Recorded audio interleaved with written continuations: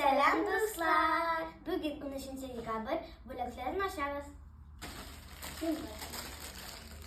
Ede başlasın. Ayın.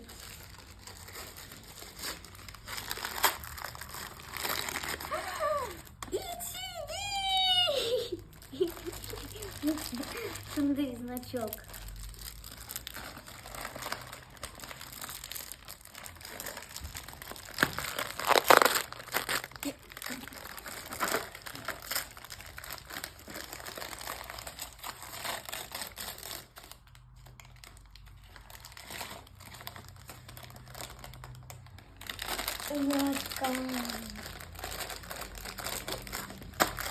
Kızımın da içi gibi.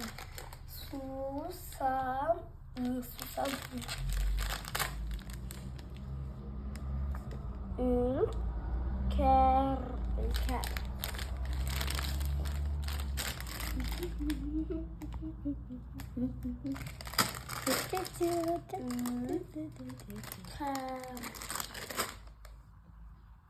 Sağ buluruz dostlar. Sağ buluruz. İrtega görüşürüz.